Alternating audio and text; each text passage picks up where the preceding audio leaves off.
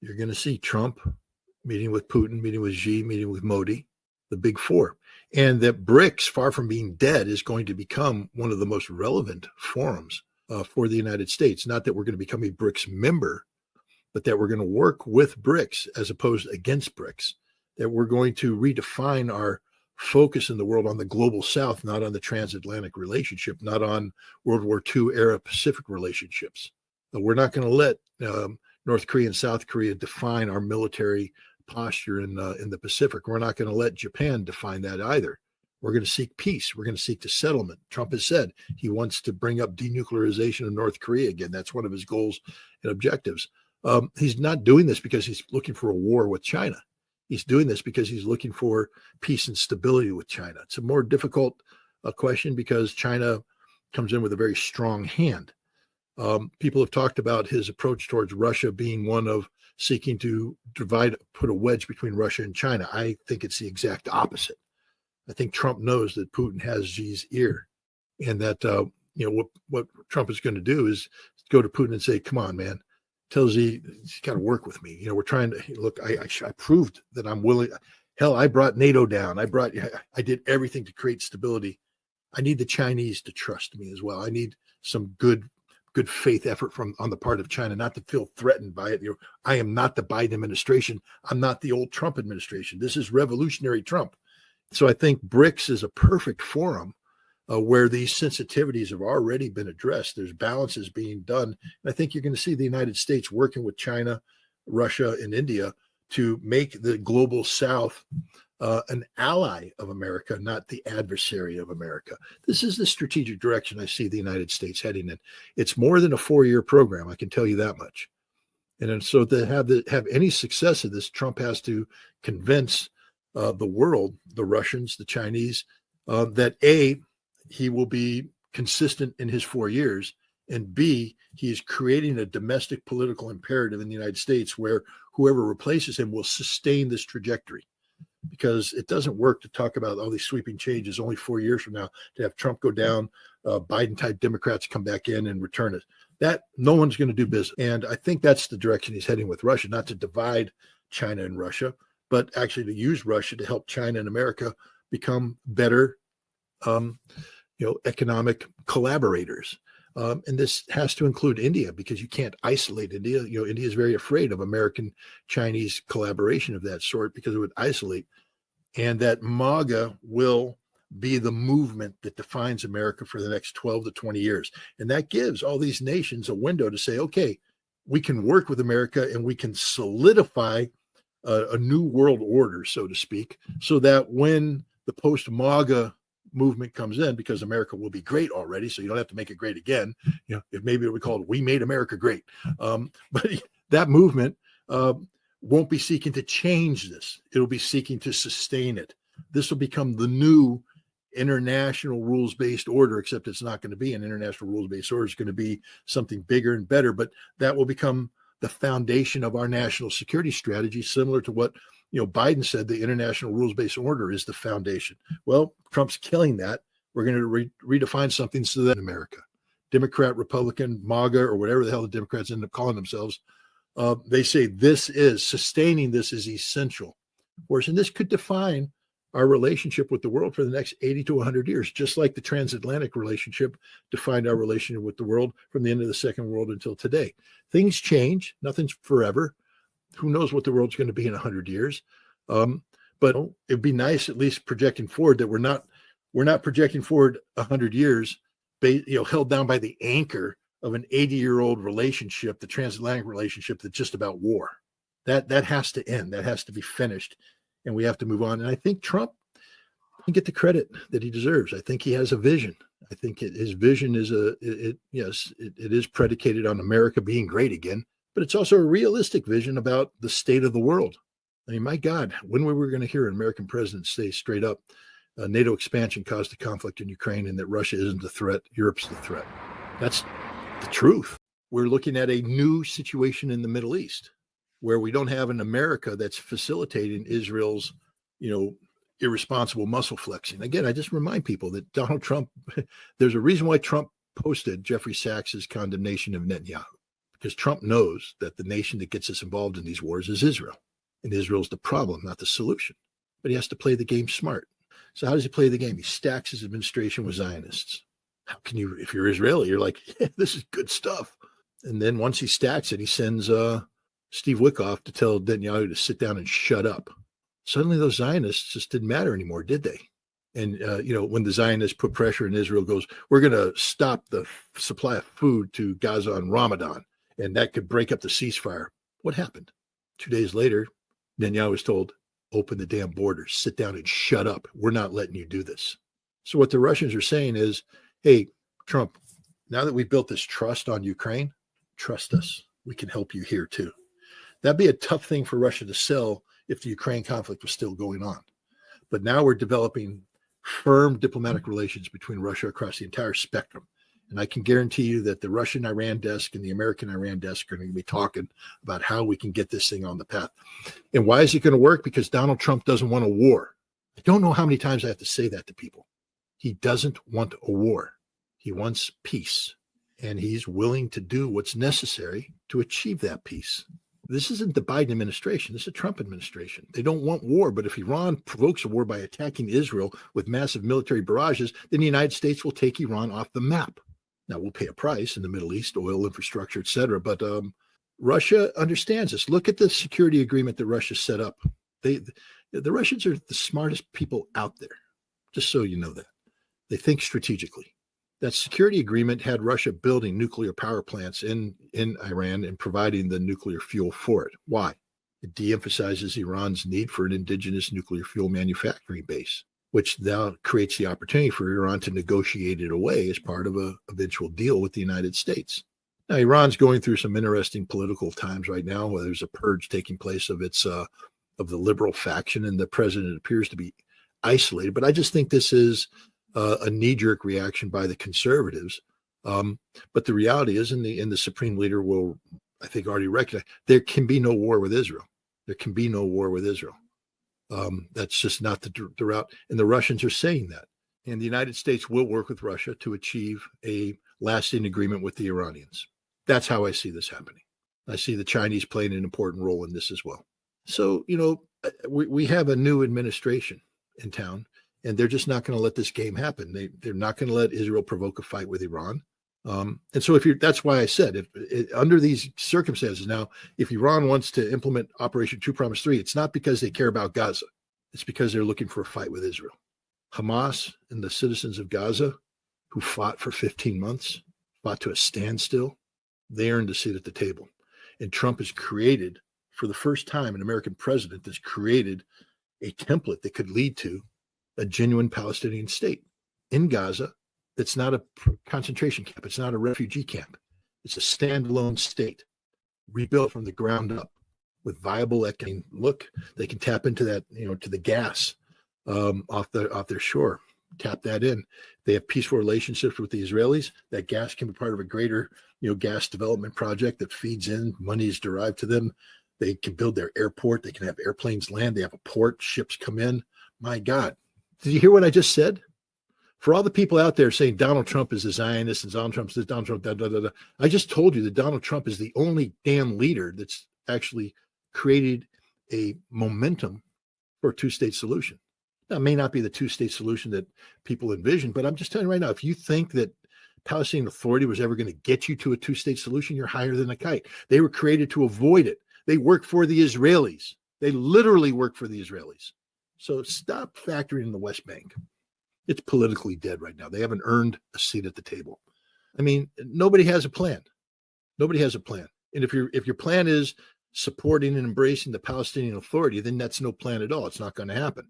The Cairo summit is the Arab world waking up to the fact that they have to do something to change this paradigm. And I think that's what they're doing. They're putting flesh to the bone of a counter proposal.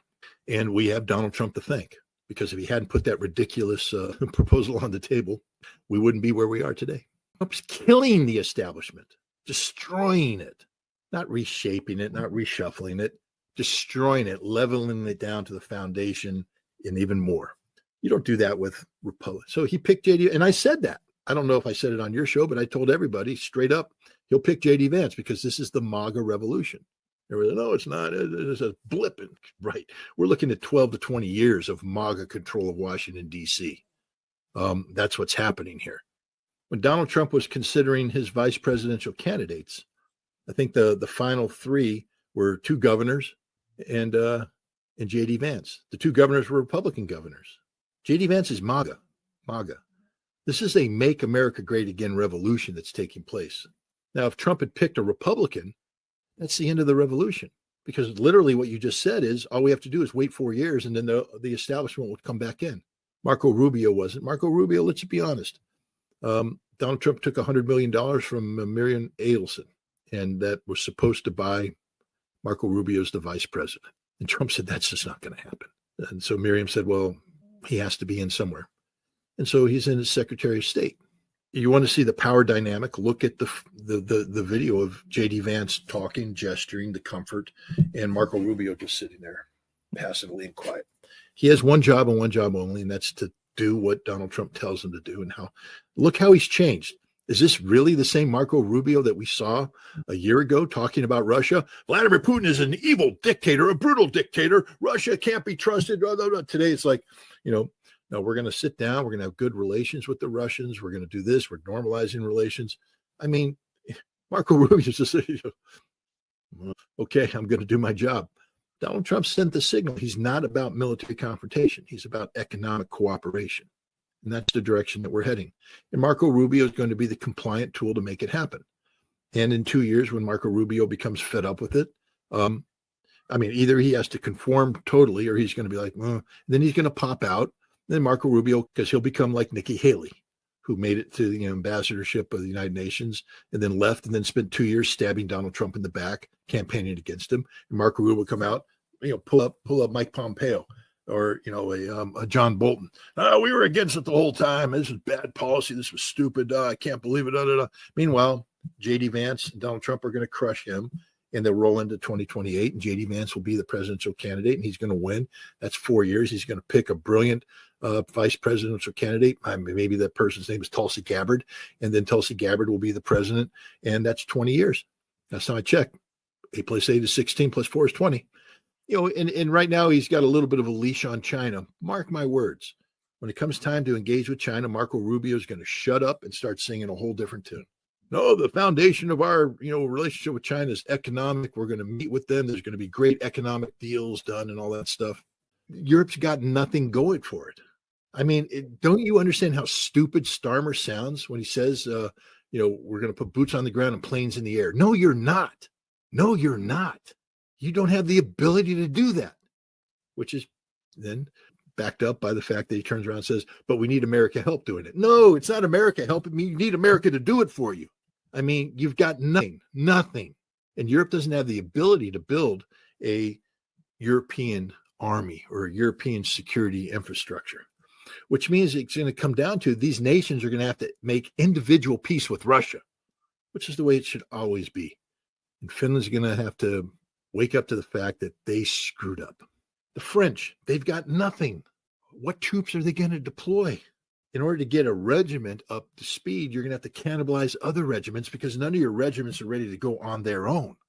In high intensity conflict, that means logistics. That's the whole name of the game. None of these people can do logistics. Only we can do logistics. America, we're it. And we don't want to play that game anymore. Donald Trump's never going to forgive England for what they did, nor should he. Every American should be on the side of Donald Trump here. But most American, at least half of America were like, no, we're good. We think it's great that Europe's siding with Joe Biden in an American election. You think that's great? England is going to go through some very hard times because I think one of the things, England made a decision to divorce itself from Europe because they wanted to have this special relationship with America that no longer exists. That special relationship is done. And Keir Starmer is one of the people that helped kill it. You don't put your finger on the scale of an American election, especially if the side you tried to make win loses. And the person that won has thin skin, a big ego, and is vindictive. Do you realize how insulting that is to all Americans? Say, I think it's great that the Europeans are on our side. I don't want them on our side. I want them the hell out of the way so that we, the people, can make a decision, avoid event. You know who stayed the hell out of the way? Russia. Russia. Turns out everything they said about Russia was a lie, false, part of that deep state fabrication to hide the fact that it was Europe and the deep state that was putting their thumb on the scale the whole time. Trump won, Europe lost. Now they got to pay the price. I can't wait till Finland figures out, that the last major exercise that had, the reinforcements coming in through Narvik or coming in through Norway, going over the mountains down to Sweden, ain't never going to happen. And Finland's going to go, we're sort of stuck here alone. Bingo! Joining NATO is the worst mistake you ever made. And Sweden's waking up to that reality too. NATO is going to be over very, very soon. And when that happens, you're going to see a lot of nations struggling to define who they are and what they are. Fortunately for Finland, Sweden, the rest of Europe, the Russians aren't vindictive. All Russia wants is stability. All Russia wants is stability. They are not interested in driving on Berlin or driving on Paris or even taking away the Chihuahua states. As long as the Chihuahua states stop treating the Russian population, horribly and respect their history, which means the monuments of fallen Soviet soldiers needs to be respected, there will be no problems. Russia's not trying to dictate, how they run their country. Just don't insult Russia. I don't know how many times I have to tell people, had Kamala Harris won this election, we'd be midway to a thermonuclear war right now that would have happened by the summer of 2025, and we'd all be dead. Because that's a sickness of the Biden approach, sickness of her approach, the sickness of the establishment. My daughter went to Georgetown University. She just graduated last May with a master's degree in Southern Caucasus affairs. Good degree to have, in theory. All of her classmates, without exception, were either military foreign area officers or State Department, people, or maybe other government agencies pretending to be State Department people. We never know. But most of them were from the National Endowment for Democracy, USAID, or the derivatives thereof. U.S. government programs, funded programs that were in Georgia, the Republic of Georgia, trying to collapse a government, literally trying to collapse the government of Georgia Dream and impose an American-driven solution to a Georgian problem. They knew it. They all knew what they were doing. You want me to cry for these people when they lost their job? When your job was to go abroad and destroy a society? I'm sorry for the people who are going to lose their jobs. I'm sorry for the suffering they have. But you know what? You bought into a system, unquestioningly, that was going to lead us all down the path of hell. And so therefore, I'm not sorry. You're healthy. Go find new work. Find something constructive in society. But no, maybe you shouldn't have been a government employee, because what was that? Government employee sitting at a desk doing what? Did you really ask what you were doing? Did you really ask what you were trying to accomplish? The whole thing is a Ponzi scheme. The way the American system worked was a Ponzi scheme predicated on the absolute necessity to have chaos and anarchy, to have conflict in the world that justified the defense-centric spending of America. The military-industrial congressional complex that Dwight D. Eisenhower warned about was alive and well, living and thriving. But it's a Ponzi scheme. It's never about to achieve stability. It's always about the next scam to get people to invest money up. And eventually, your crises bring you to a culminating point at the top, which is nuclear war, because there's nowhere else to go. That's where we were. We were at the tip of the Ponzi scheme. And thank God Donald Trump came in and went, no, I'm not doing that anymore. Screw it. Bam. Knocked the whole thing down. And it's going to be a beautiful thing to watch that Ponzi scheme collapse. I just had an interview with just a fantastic guy. His name was Konstantin Kevorkian. I think he's a journalist with Ukraine.ru. We had a long conversation as part of my new The Russia House program. But he talked about how in the 90s, because he kept saying, America, stop talking about 2014 and the American involvement there. Stop talking about 2004, 2005, the Orange Revolution, the American involvement there. He said this was in the 1990s. In the 1990s, he was part of the group of Ukrainians that were being lured in by USAID taken on these junkets into the United States where they would go to the White House, go to the Pentagon, get the briefings, and they were being coordinated by the American Ukrainian diaspora, the Banderists, working with the United States to inject the Banderist ideology back into Ukraine. For what purpose? To bring down that government, to install their own government, to create the situation we have today. It's been a process decades long in the making, and it almost worked. You want me to cry for the people that lost their jobs who were doing that? That's not how we define America. That's not how America should be defined. The corruption that's being exposed is manifest. It's exposing America as, as maybe one of the most corrupt nations on the planet on how we operated. Trump's taking that whole system down, for better or for worse. There's people out there that hate him because he's using Elon Musk. Who the hell did you want him to use? The inspector generals? The ones that came up through the establishment and controlled by the Democrats? And they're supposed to investigate that which they're really there to protect. No, you have to decapitate, remove them. You bring in Elon Musk and the outsiders and say, because Elon Musk doesn't care. There's no sacred cows for him. And it's hurting a lot of people, I admit, but that's one of the things the Democrats have done over the years. I mean, I love it when people go, you're hurting veterans. Just because you're a veteran doesn't mean you have guaranteed job security in the federal government in a job position that's simply there to sustain corruption. I'm sorry. Get a real job. If the government wants to employ you, then there has to be a real job there that makes real sense. Because a lot of these jobs are just about moving paper, stamping paper, and sustaining bureaucratic inefficiency. He's not coming in and saying, well, I have to protect this because, this person needs the money, and I have to protect this because I made a deal with this person. I have to protect this. No, he's coming in saying, if it doesn't make sense, get rid of it. Many people didn't believe it was right. We're not one of these countries that when we come in and we take over, we take the ancient regime to the town square with the guillotine and off with their heads. Maybe we should. Because what's happening right now is the Democrats are making phone calls and telling people, don't worry about this. We have the establishment. We have established practices. This is just a temporary glitch in America. We'll be back. No, you won't. By the time this is done, there will be a significant number of those Democrats frog marched off to prison where they belong. And so that's what Elon Musk is doing. But the Democrats hate that. That's so bad. You can't do that. There's no precedent. Guys, it's a revolution. There's not meant to be precedent. It's meant to be precedent setting. And that's what's happening here. The Democrats are trying to tell the Europeans to hang on, but there's nothing to hang on to. And they're starting to realize it. One by one, the European countries are starting to go, holy cow, we're a 1 month into a 4-year term and ain't nothing stopping this guy. This guy's just coming at us. It's not like at the end of the term where you go, all we have to do is hold on for 6 more months. Then there's an election. The election cycle takes over. Things calm down. He's 1 month in to a 4-year term where he says, I'm taking the whole thing down. And he's going to take the whole thing down. And that's what's happening. It's just basically we have a bunch of crying taking place as people realize that, the corruption that sustained them, empowered them, defined them for the past several decades is being done away with, both here in the United States and abroad. So now that we've simplified it, Zelensky is the enemy of America. Ukraine is the enemy of America. Great Britain is the enemy of America. Keir Starmer is the enemy of America. France, Macron, they are the enemy of America. Europe is the enemy of America.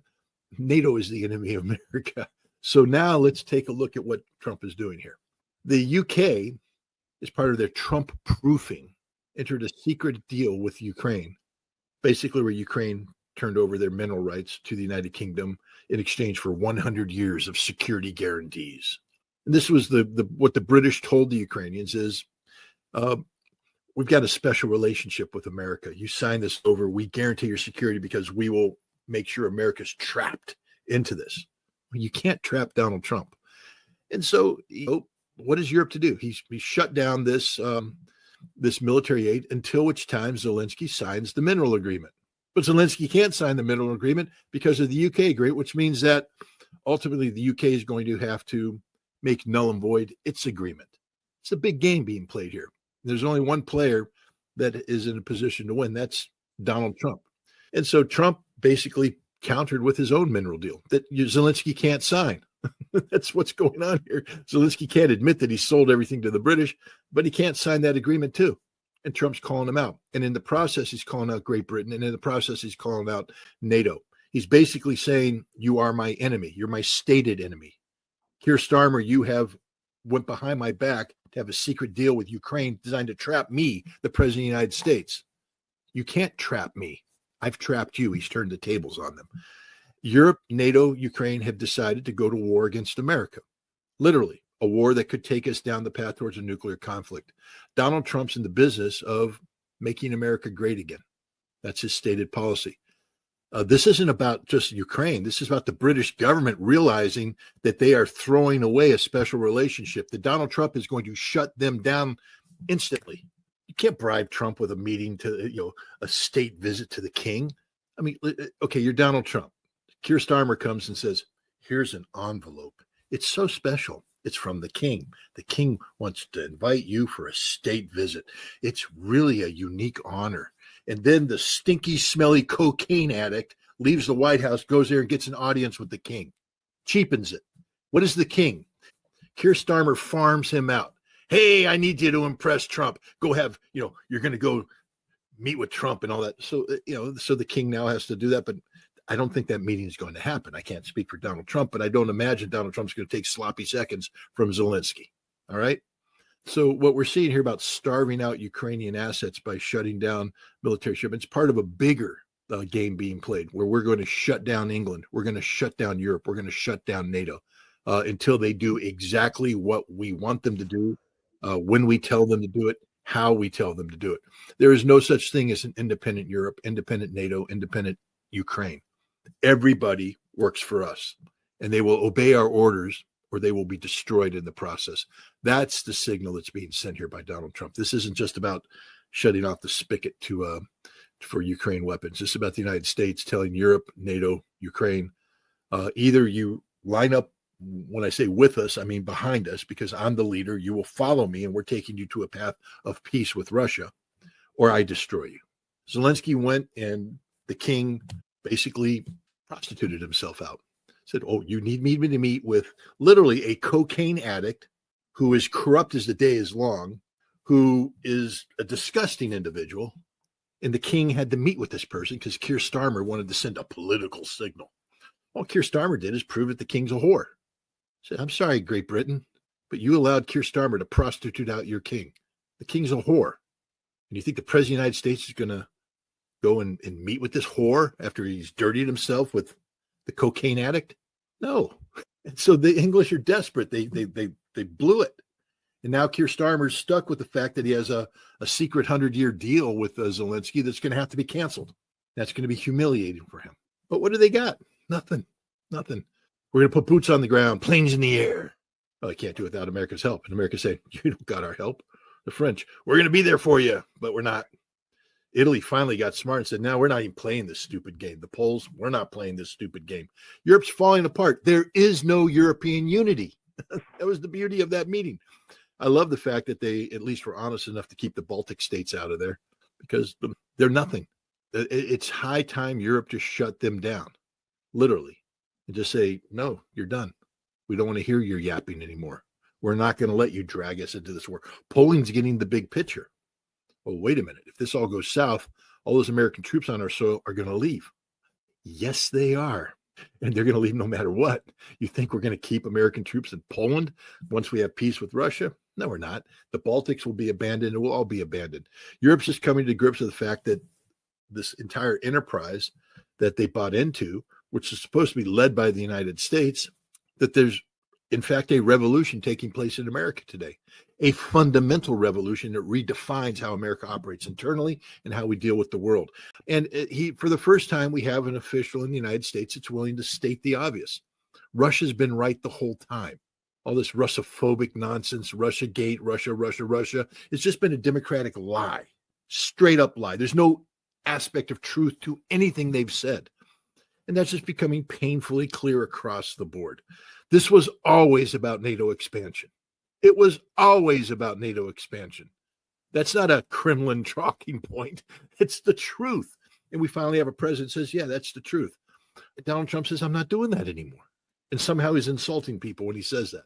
I'm not playing that game anymore. We're going to get out of this nonsense. this war is coming to an end. Russia didn't start this war. Of course they didn't start this war. Everybody knows they didn't start this war. But we now have a president that says that's the truth. And if you operate with that as your foundational point of view, which is reality-based, fact-based, the only option available is to shut this thing down, shut it down. But it's not just about shutting down Ukraine. See, I think people are missing the larger picture here. It's shutting down the West, the collective West, and their desire to use Ukraine as a vector to bring about the strategic defeat of Russia. What Donald Trump is saying is we're no longer interested in the strategic defeat of Russia game. And he's backed that up with things. He stopped, U.S. Cyber Command has been ordered to stop all offensive operations targeting Russia because Trump is trying to send the signal, we don't view you as the enemy anymore. See, anything that's going to move forward from this has to be predicated on the basis that the decades-old policy of singling out Russia for elimination, for destruction, is over, that America's not playing it. But America has to get the West to stop as well. Donald Trump recognizes that the conflict that's ongoing in Ukraine, which is a little more than a proxy conflict between the West, which includes the United States, NATO, European Union, using Ukraine as the proxy, and Russia, that this conflict could lead to World War III and a nuclear war. That's the end of all life on the planet. And that's without the concept of a nuclear war. I mean, Ukraine is the single most corrupt nation on the planet. Zelensky is the single most corrupt leader on the planet. Let's not forget that Seymour Hersh, who I respect greatly, wrote a while back that, William Burns, the director of the CIA, had to travel on orders of Joe Biden to Ukraine early on, not to hold his hand and tell him how much. He said, stop being so corrupt. Quit taking so much money. It's becoming too obvious. We can't hide this anymore. Okay, when the director of the CIA has to go to Ukraine and tell the president of Ukraine to stop stealing money, it's becoming an embarrassment for the United States. You have a problem. And yet the entire mainstream media, who knows all about his corruption, they know this. They just choose to play the stupid game. And then all the people on social media pretending, all the government officials posturing. This isn't about them playing, social media games and posturing and all that. This is about life and death of the entire world.